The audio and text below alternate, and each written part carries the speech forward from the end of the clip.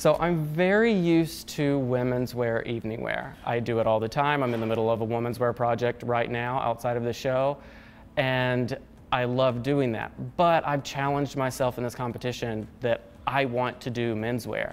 I'm gonna try to make an entire tuxedo.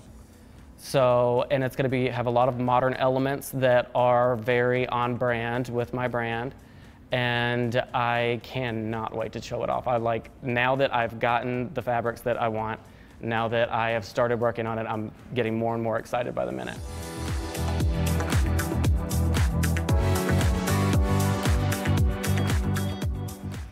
So it's gonna be this blue? Yeah. Okay. And then it has black and white dual tuxedo shirts. Nice. Which I put on you doing a bow tie? So, huh? You doing a bow tie? I'm gonna do a ribbon, actually. Okay.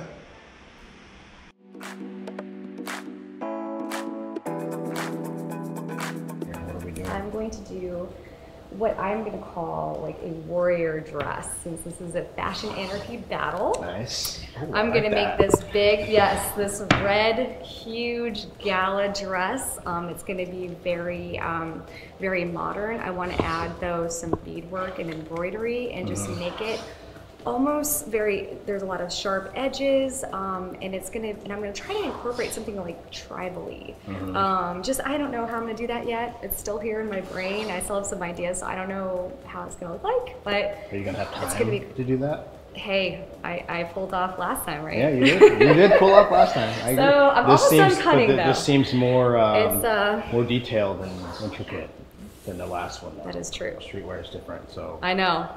I know I can do this garment. It's going to be extremely difficult, being that, the time is definitely not, normally it would take me a few weeks to do this piece, but I think I'm going to pull it off. I'm just going to go all out. So now that I've figured out what I want to do, I'm just going to blow some minds and make this a red carpet piece that I think maybe celebrities might even want to wear. So let's do this.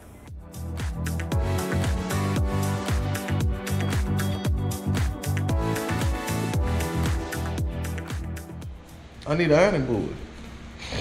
What's up? And they took it. They took it to the back. So I guess it's their work day. So we only got one ironing board. And it kind of sucks because since this evening everybody is doing like a facing, and it's taking more time than usual on the iron. So is this going to slow you down? Oh, it's definitely slowing me down. I'm pacing the floor. But we shall go and push forth.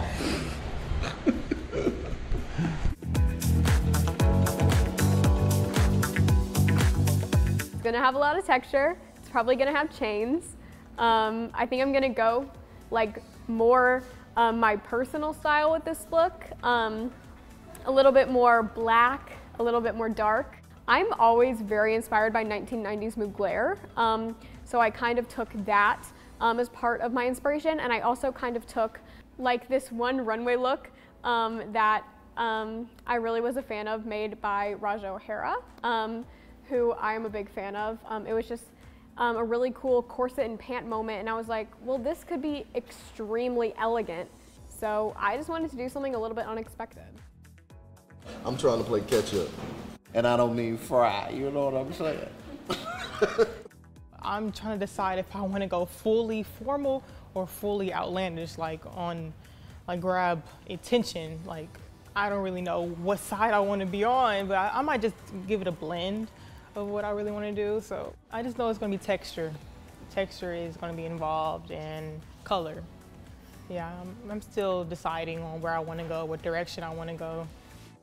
I was really lucky, so I made a jacket last week, and I was able to use that pattern and kind of tweak it to work on my jacket for this week, so it saved a lot of time.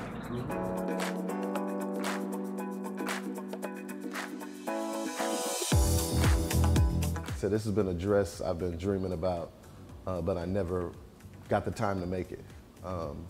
So I'm excited. I'm really excited about it. This is the first part of what I'm making. I'm making like a two-piece set. Like, it's gonna be like a cover, an over cover, or what's it called?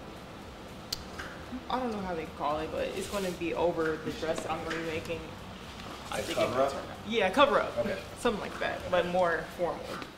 Always preferred cutting with a rotary cutter. It just feels easier to me, and I could be more precise with my cuts. To where if you're using scissors, you've got to pull it up off the table, and then it's not flat, and you might not cut it perfect. Mm-hmm.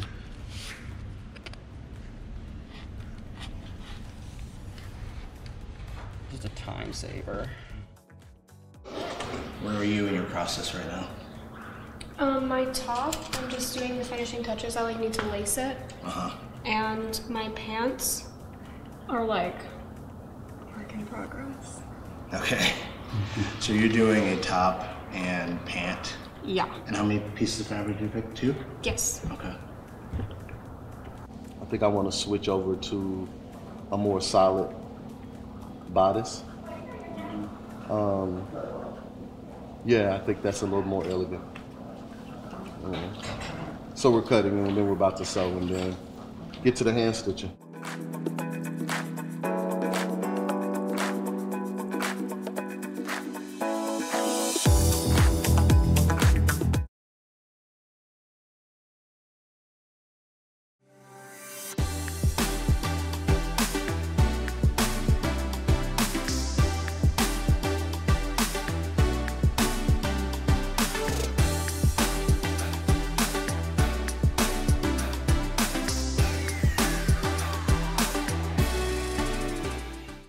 Hello, it's me, Igor.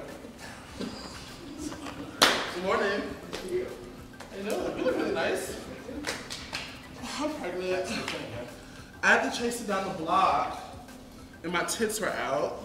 So it's just like, you know, either the hat or the tits. Which one? I don't know. So when he came in, he said he was talking about tits. I'm like, okay, what? That's a little inappropriate. But you know, it's to be expected when Michael walks in the room, you know. Guys, so I picked your fabric. Surprise! And I'm really curious on what you guys are doing with it. Wait, so how many rolls did you guys pick each? You want to go to each one and talk to them? Sure. Yeah, start with Brandon over there. He saw my colors and he said that he liked that fabric when he picked it, which is a plus for me because he has pretty good taste. So I was excited. I mean, the fabric I'm working with, it looks rich. Hopefully it really gives me a luxury look to it. He also told me I need to put some bling on it. But then I second thought it. I thought about it and I was gonna leave and go get some bling. But then I was like, no, just trust your instinct because if it's too much bling, it could cheapen the look. And we don't do cheap looks. This is high-end luxury fashion. Brandin Vaughn collection is producing. So I'm going to do away with the bling on the dress and really upplay the accessories. So hopefully the incredible accessories will give him what he's looking for. Hey, Brandin Vaughn. Stop playing with yourself. We international. Well, first of all, what Brandon has produced today is very impressive. I think he picked the perfect fabric. The construction is so beautiful, and I don't think he's actually going to have a problem fixing it or standing up to what the other designers are doing. Brandon may win the challenge, y'all. So basically, Michael told me that my top was good and it had design elements and, you know, all of those things, but my pants were not it. He didn't like the pants, and he said that I should just do the whole thing out of the fabric I made the top out of. So I scrapped the bottom half of my outfit and I started over, and I can just tell it's gonna be a million miles better than it would have been originally. I think it's very interesting that she's the youngest person in this competition, and I actually had a small hang-up about her even joining the competition because she's so young.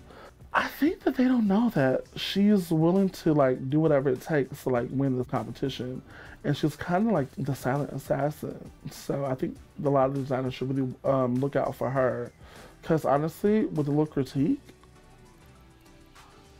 she's gonna do something.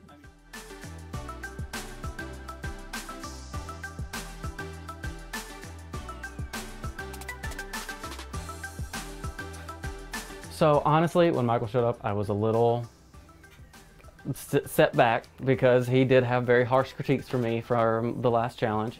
But then this time, everything was amazing. Everything that he said was keep going. And every time I would say another part of what I was doing, he would just be so happy about it. And I was like, oh, okay, check, check, check. He had no changes for me. That felt very good. Lukas is phenomenal. Hey now. Lukas will win the challenge. Bet me $500. My Cash App is. He's like making 5 pieces. And they're all beautifully made. And tailored to the model's body. Checkmate.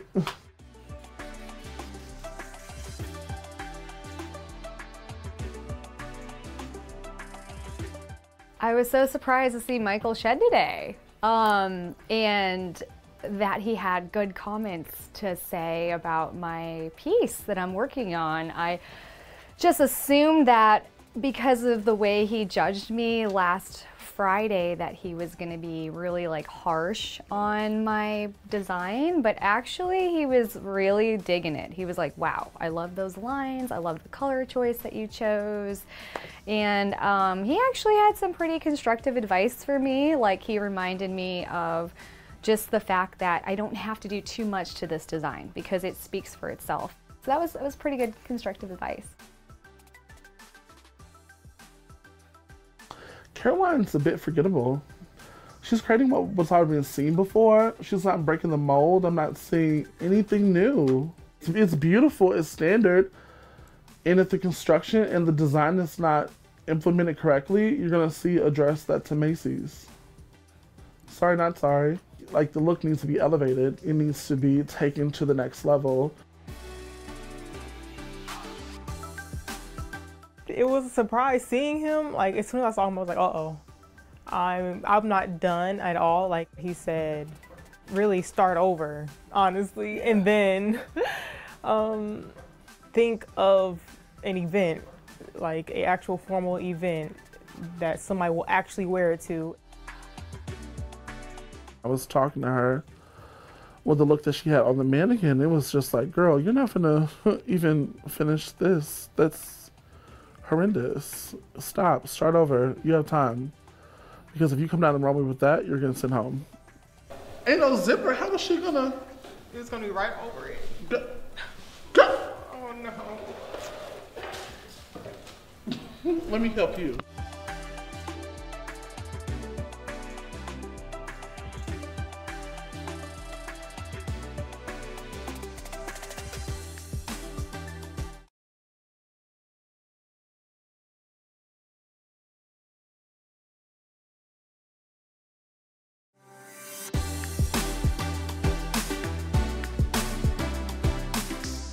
Today is Elimination Day. Unfortunately, someone will have to go home. The challenge today is evening wear, and the designers had a very limited time to complete their designs. But before we get into that, let me present you to our judges.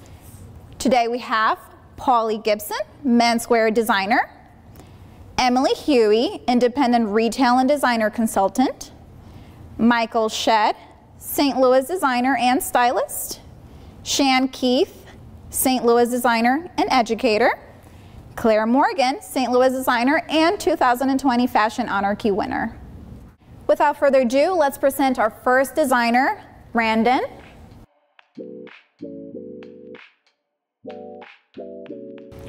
So, what we have here is a dirty martini. When I saw this fabric, that's the first thing I thought about. I thought about a cocktail party. I thought about being fabulous.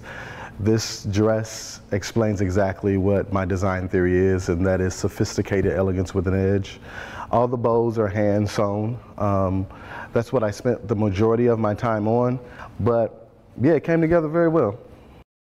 Okay, so I am completely wowed, and for multiple reasons.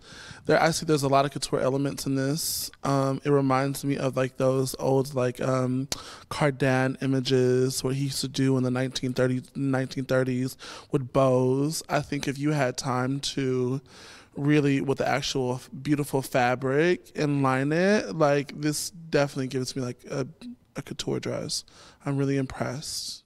I think for me, if it had the ability to kind of deconstruct itself, like maybe be able to take the arm off and also maybe eliminate the bows around the neckline, then I think for me it would probably be a little bit more exciting. But it is exciting, gives me Met Gala vibes. I could definitely see it on the stage. And we're ready for next designer. Caroline, you're up.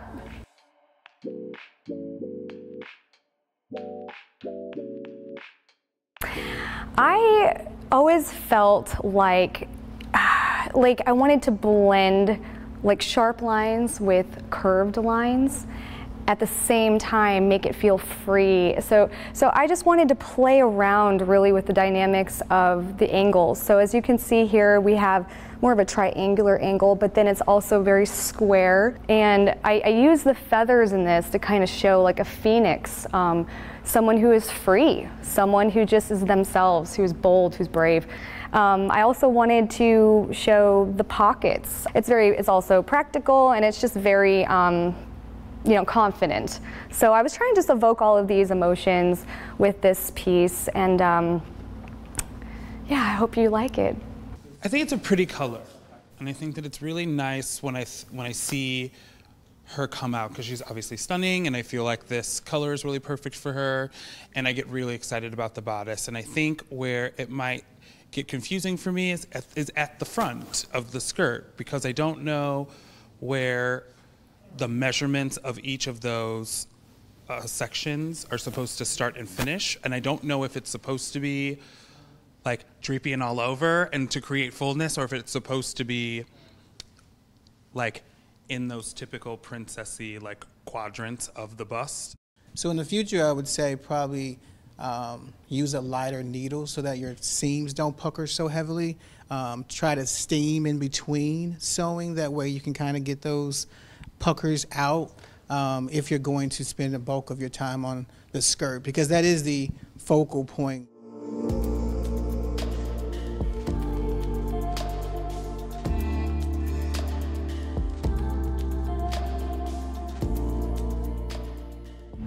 And the judges are now ready for our next designer. Kelsey, you are up. So, what we have here is a vertical texturized dress that I decided to make, inspired by the Balmain 2017 or 2018 Met Gala dress that I think Kylie Jenner wore, but it doesn't really match what she wore, but it was like fringes match it. I decided to keep the distress and edgy look for the sleeves so we can be more colored and pop. Yeah. So it's just a lot of movement with the dress. I really like what you did with the sleeve, the fringe inspiration. That was really cool. All right. I love the fringe. I think that's a great like photo op moment and something you can really play up on the red carpet. And next up, we have Lucas. The judges are ready for you.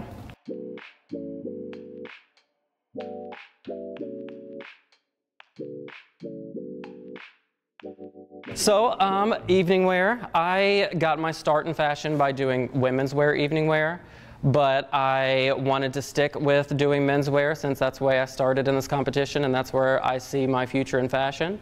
So I created this. This could sit on any rack in the world, and any man, any stylist, anyone who knows anything would lust over this look from head to toe. If I can drop the mic, I would. Bravo. Congratulations. Job well done. I do like the suit. I think you did a great job. Totally different from what we've seen.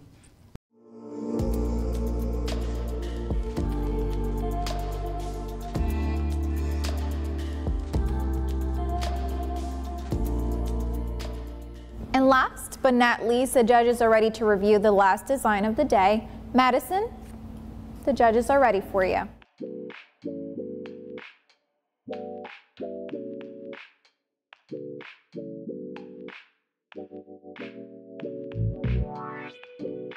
Okay, so this is my evening wear look. I was kind of inspired by a more edgy character that was told they have to go to a fancy event, but they didn't want to wear a gown. So I was kind of thinking along those lines, what would that kind of character want to wear that was a little bit innovative, a little bit like classier, a little bit more glamorous, but still kind of keep that edgy vibe.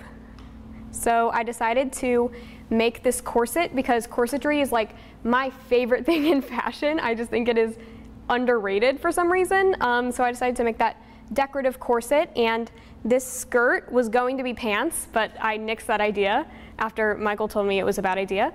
So, so I decided to make this geometric asymmetrical skirt with chains hanging from the shorter side of it, and the matching bag has the opposite design with the chains hanging from the opposite side.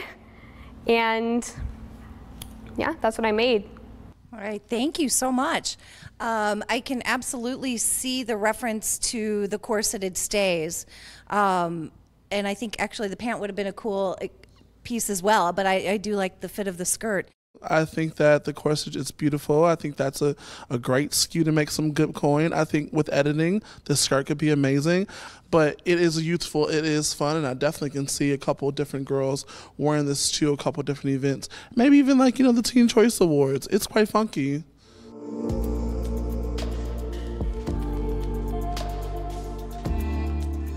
And the time has come. It is Elimination Day, so now it's time for the judges to deliberate, and they will decide who stays and who goes.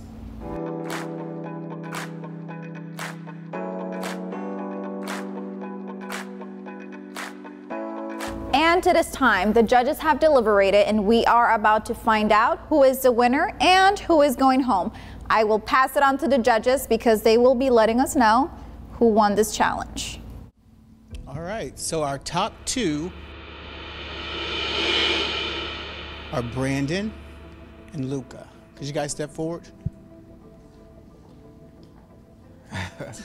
Brandin, we love what you did with the bows, with the sleeve. We thought that was very unique and fast forward thinking. Luca, we loved your suit from head to toe. We just thought you really nailed the challenge with that. So our winner